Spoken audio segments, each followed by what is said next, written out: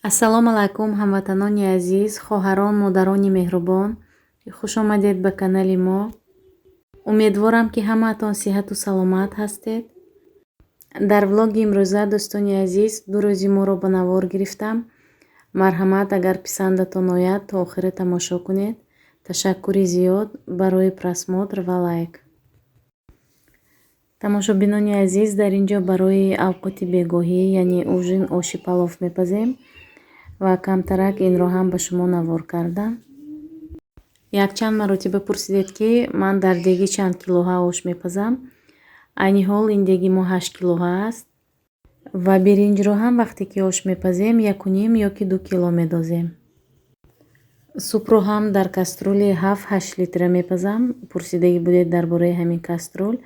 Ягона завтракро, субҳонаро ман яъне кашаро дар каструли 4 литра мепазам. Боз тамошобинони азиз пурсидед ки нон ва хлебро ман худам мепазам ёки мехарем. Ман кӯшиш мекунам ки ҳар рӯз худам пазам нонро ёки хлеби гармро. Лекин баъзе вақтҳо мешавад ки успед намекунам. Дар он ҳолат мо мехарем хлебро аз магазин. дар ин ҷо тамошобинони азиз, оши мо тайёр шуд. Нони гарм ҳам пухт. акнун барои ужин столро тайёр мекунем. بهترین بوی کشیدم بوی نانی مادرم بهترین ابرو. Спасибо вам за ваши комментарии, мне очень приятно. Смотрите, друзья, как я порезала соленые огурчики, это моя фантазия.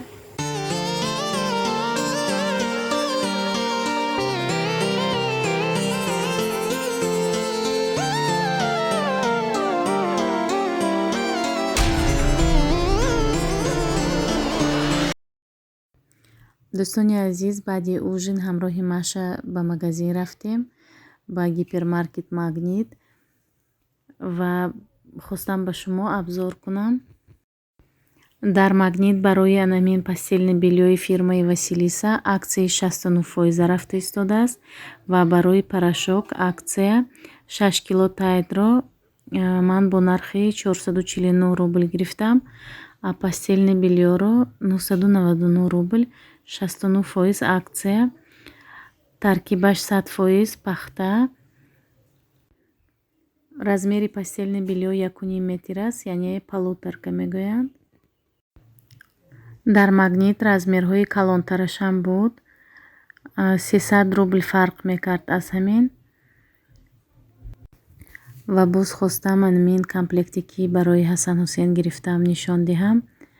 Комплект бо снуташ, шапка яъне бо снут, дарунаш флисовый, нархаш 550 рубл.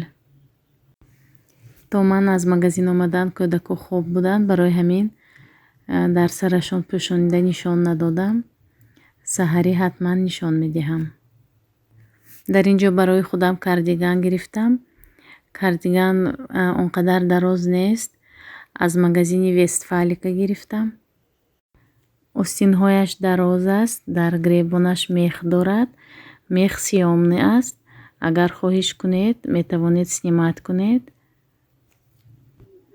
нархаш 3095 рубл аст. хоҳарони азиз, агар ба касе шавқовар бошад донистан, ман инро бо скидкаи 50% гирифтам. нархи худаш 6000 буд ва ин магазини Вестфалика боз рассрочка ҳам дорад. агар барои 6 моҳ гиред 500 рублӣ метавонед ҳар моҳ ба магазин супоред. 6 моҳ рассрочка медиҳанд.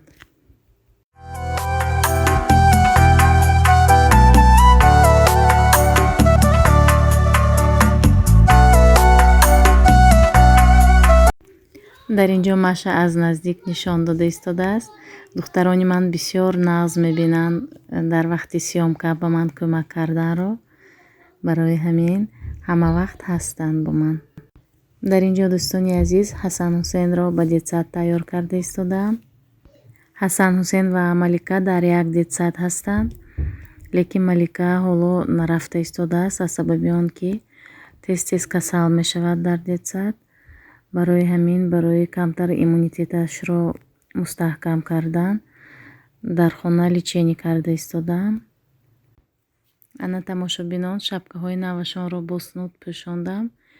ҳусейн хоҳиши пӯшидан надорад, барои ҳамин қавоқуш гирифтагӣ. шапка беҳад гарм аст, барои ҳамин намехоҳанд ки шапкаи гарм пӯшанд. имрӯз дар шаҳри мо аллакай барфи аввалин борид, барои ҳамин кӯдаконро гармтар пӯшондам имрӯз. ҳозир Ҳасан Ҳусейнро ба детсад мемонам ва омада Маликаро ба хонаи модарам мебарам.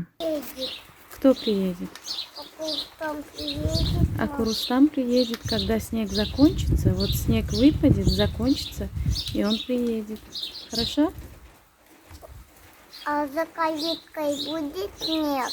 Будет снег. А он не может за калиткой проехать снега?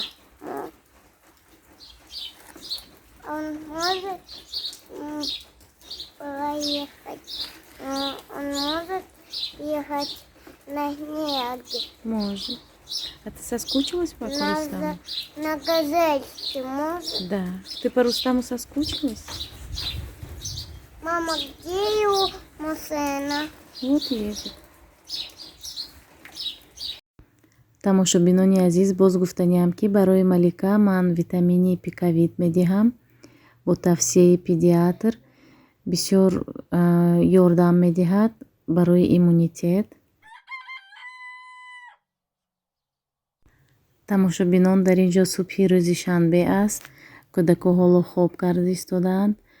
ман аввал хамир мондам барои хлеб.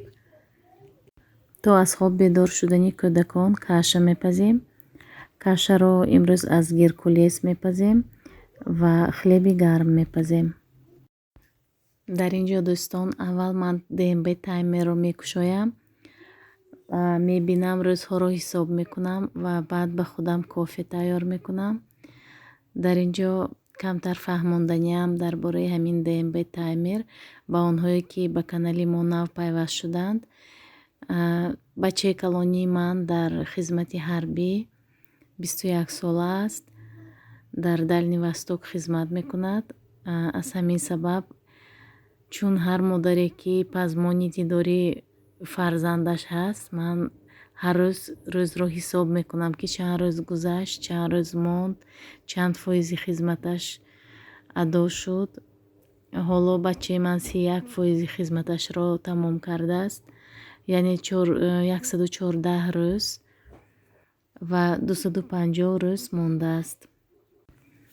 ва ба фарзандоне ки дур аз падару модар ҳастанд, модароне ки дур аз фарзандашон ҳастанд, аз худованд талабгорам ки сиҳату саломат тезтар ба дидори якдигар расед. дӯстон, акнун шурӯъ мекунем барои пухтани каша. баъди пухтани каша 1 дона банан ва 1 дона себро майда мекунем ва ба ҳар як тарелка алоҳида медозем. кашаро ман бешакар мепазам ва баъди пухтанаш бо варенӣ ё ки бо асал кӯдакон мехӯранд ва фикрам ин хел болаззаттар мешавад. меваро майда мекунем, баъд хлебро аз духовка мегирем ва хлеби гармро низ майда мекунем.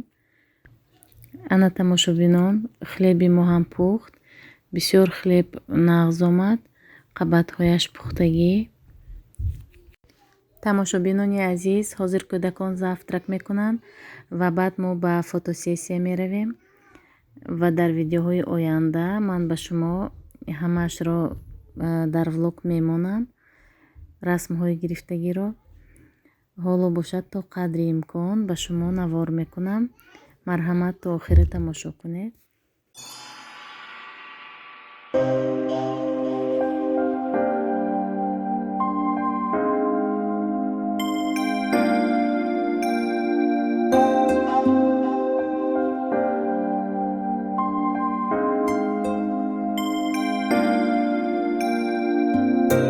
درگاهی الهی چو هدیه رسیدی بر روزگار مادر خوشبختی آفریدی. درگاهی الهی چو هدیه رسیدی بر روزگاری مادر خوشبختی آفریدی خوابت پر از فسانه ای نور چشم مادر ای بهترین نشانه تو جان جانی مادر مادر برات بمیره قربانی خان بنازه خواهم همیشه بینم خندان و سرفرازه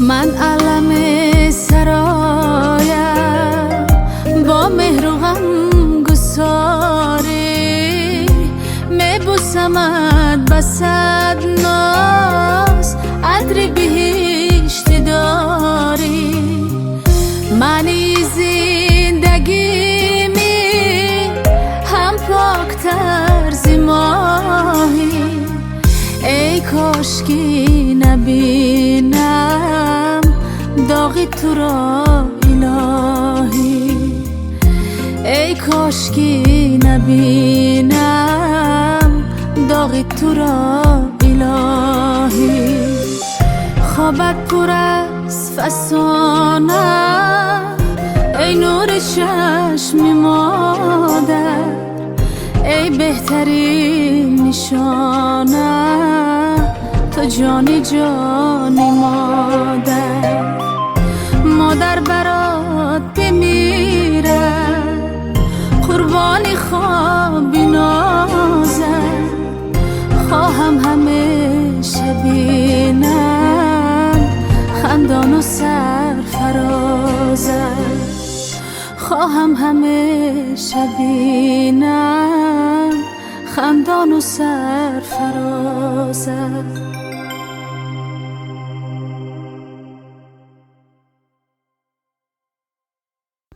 тамошобинони азиз дар ҳамин ҷо влоги имрӯзаи мо ба охир мерасад.